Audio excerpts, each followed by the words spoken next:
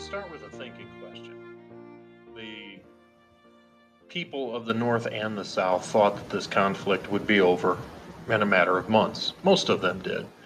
Um, but it's obviously not. It's a conflict that's going to last 4 years. Deadliest conflict in American history. When it starts, you thought it was going to be over by Christmas. But it's cost a lot more in terms of money and lives and blood than you ever thought possible. Does that change your attitude about what the goals of the war should be? Does that change your attitude about what should happen to the South because it took so much longer and because it cost so many more lives than what you anticipated? It's going to kill 2% of the population. So everybody is going to know somebody that lost their life or lost a limb or is somehow impacted by this conflict.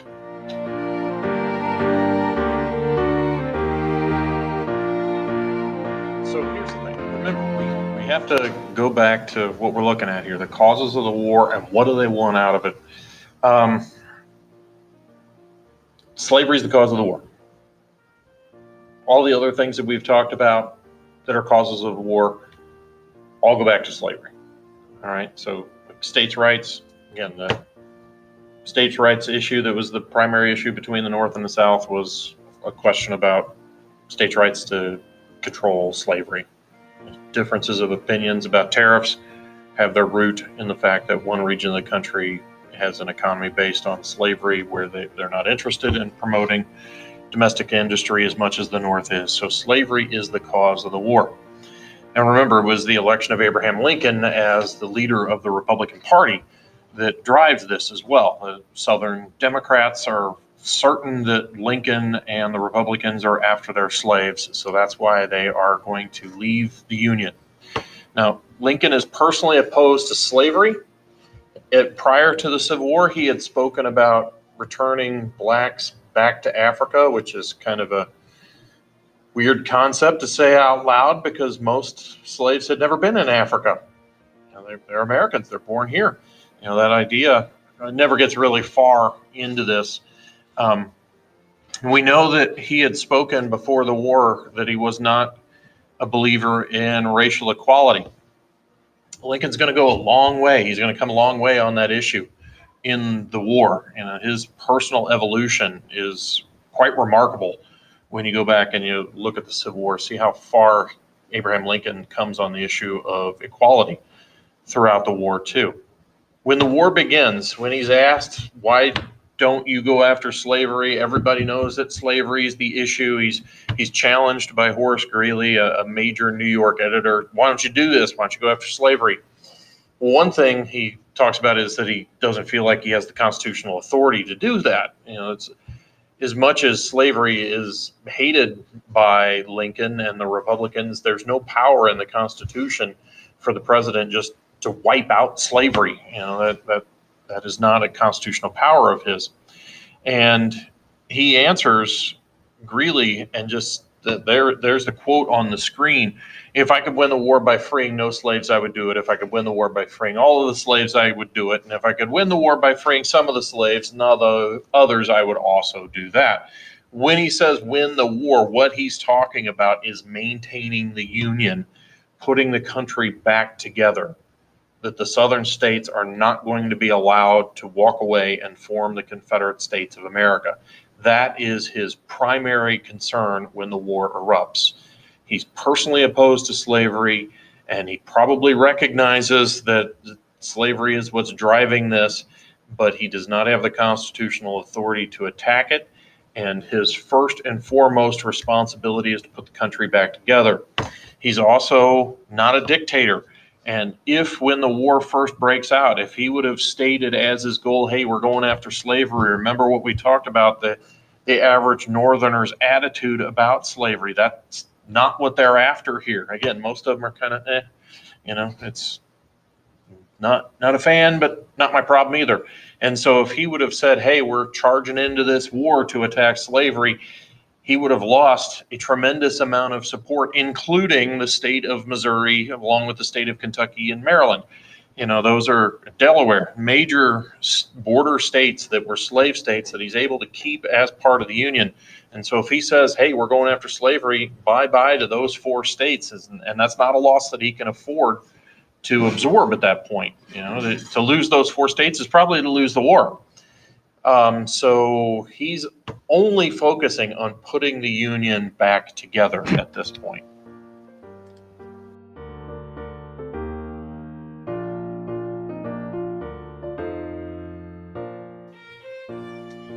By the summer of 1862, Abraham Lincoln's got a real problem on his hands. This war that everybody thought would be over in just a matter of weeks or months at best, everybody would be home by Christmas, has now drug on more than a year, and it's not going well for the North. At this point, the only real victory that the North has is a battle out west at Shiloh that's won by Ulysses S. Grant at a terrible cost. It is deadlier, that battle is, than most wars that the United States has fought up to this point in time.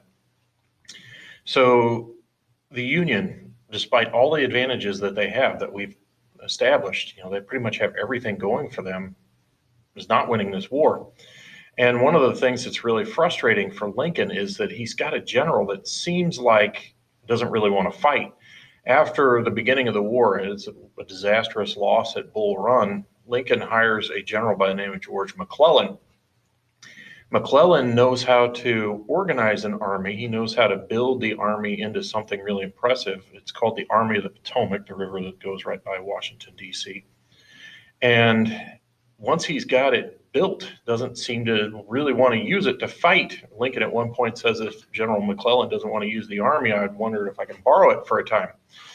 So McClellan finally is spurred into action and goes into Virginia and loses and comes back home. Lincoln's frustrated and places a Missouri general by the name of John Pope in charge of much of the army, and he gets defeated at Bull Run again, the same battlefield, same area.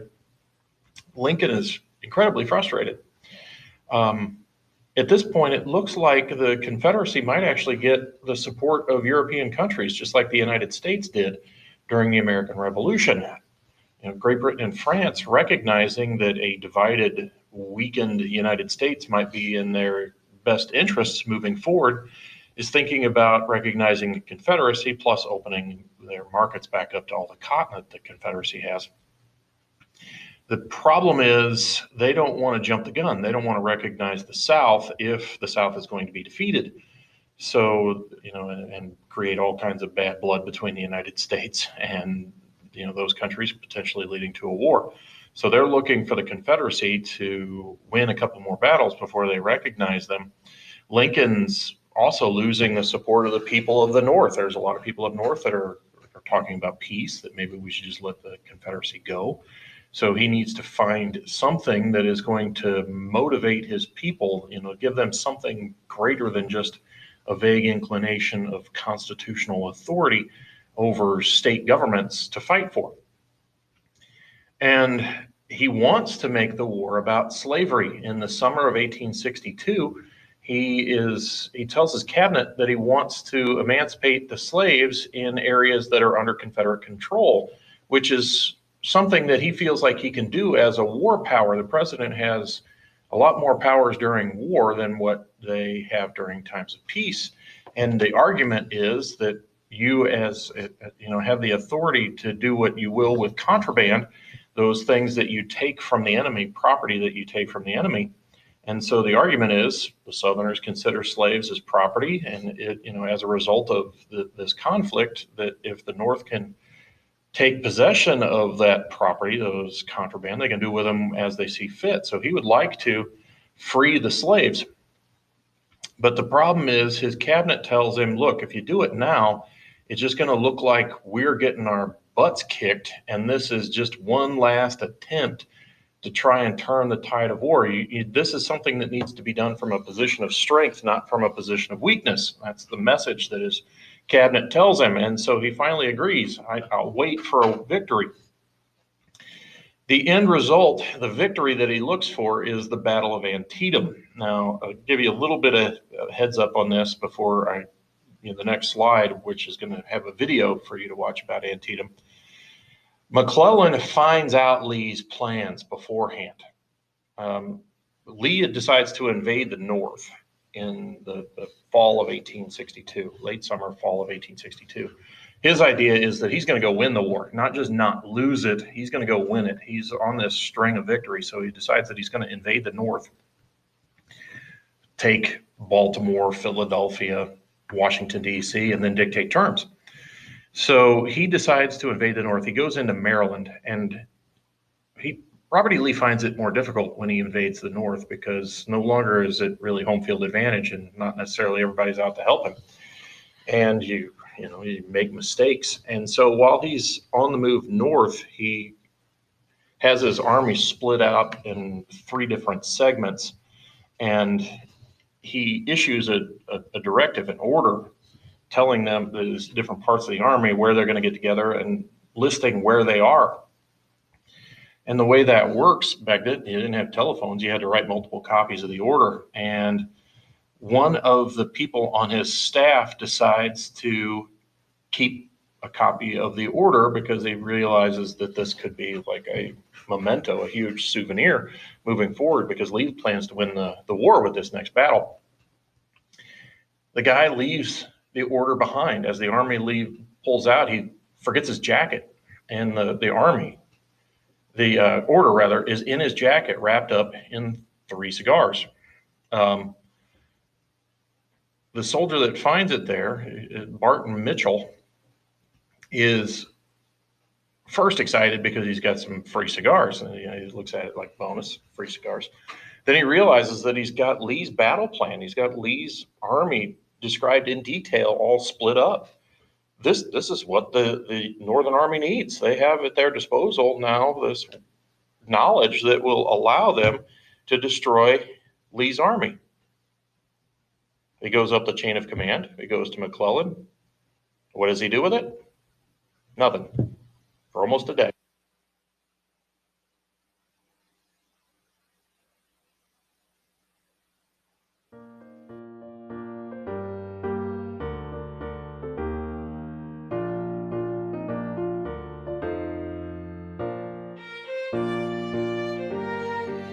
So the Battle of Antietam is enough of a victory for Abraham Lincoln to go ahead and issue the Emancipation Proclamation.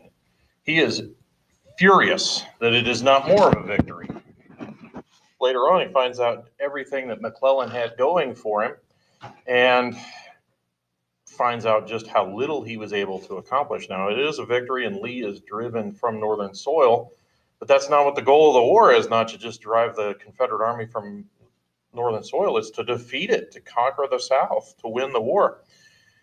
Lincoln actually ends up firing McClellan permanently after the Battle of Antietam. He's done with McClellan. McClellan's a great organizer, but just does not want to fight this war.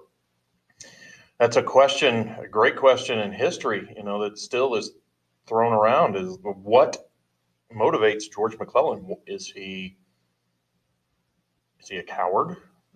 Is he secretly a traitor? Is he, he's not done in history. We're going to talk about him in the next couple of days. He's going to run for president as the Democratic nominee in 1864. And so there's a school of thought that he just doesn't want the South to be defeated very badly because he doesn't want slavery to end. He's a white supremacist. He just, he wants to treat the South with kid gloves. So maybe he's okay with slavery surviving all of this and wants the South to come back in, but just wants the country to be exactly like it was in 1859.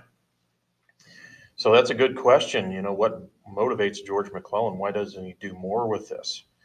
But it's enough of a victory that Lincoln feels like he now has this position of strength where he can issue the Emancipation Proclamation, which is going to be effective January 1. This is also a last chance for him to try and end the war. He tells southern states, essentially, if you come back in now, you won't lose your slaves. But after January 1, it's over. Now, the Emancipation Proclamation is significant in that it only frees slaves in areas under Confederate control. Now, some people point a finger at this today and say Lincoln didn't do very much or did nothing with the Emancipation Proclamation because technically speaking, it doesn't free anybody because it only frees slaves in areas under Confederate control. That is so unfair when people say that. A, he doesn't have the authority to just free the slaves. That's not a constitutional authority that the president has. And B, this is an incredible move. He has changed the nature of the war. Remember, he starts the war by saying, we're not going after slavery. But here he is saying slavery is a goal. We're going after slavery now. And so this is a monumental shift in the goal of the war. It is a promise that is going to be kept, that slavery will be a target of this. So in light of 1862, 1863, this is a huge commitment. This is not something that is taken lightly or should be taken lightly. So even though it only promises to free slaves in areas under Confederate control, which the people in those areas aren't listening to Abraham Lincoln, their president in their mind is Jefferson Davis.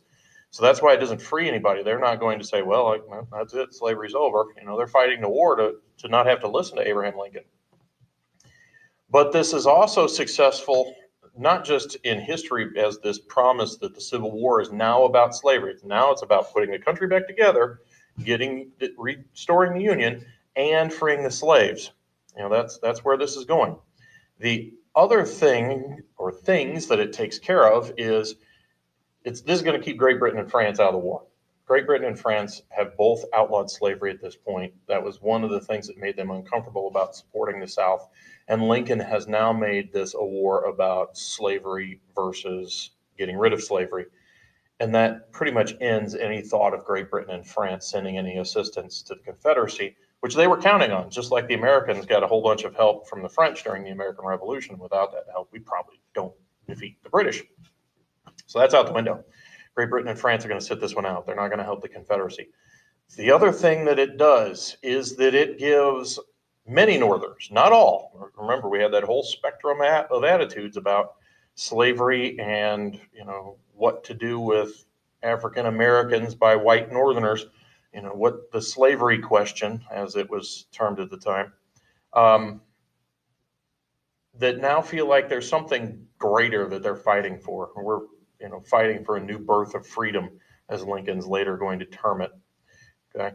Not all whites are interested in that. There's going to be some people that are like, I'm leaving the Army. That's it. I didn't sign up for this. I signed up to put the country back together. But as the war wears on, an increasing number of Northerners are recognizing that slavery is what caused this thing and it's got to go.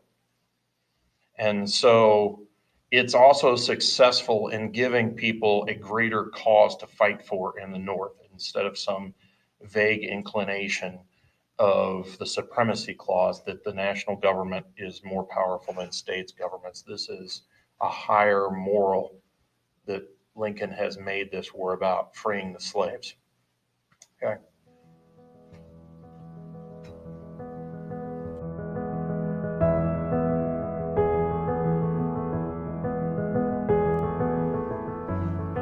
One other thing that comes out of the Battle of Antietam is a photography show.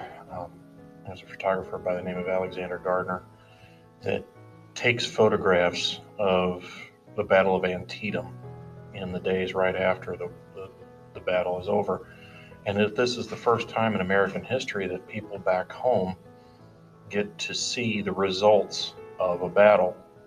We're going to look at that and how that develops over time until we get to like Vietnam, where people can actually watch in essentially real time. Battles happen halfway across the globe, but this is the first time that people actually got to see the results of conflict.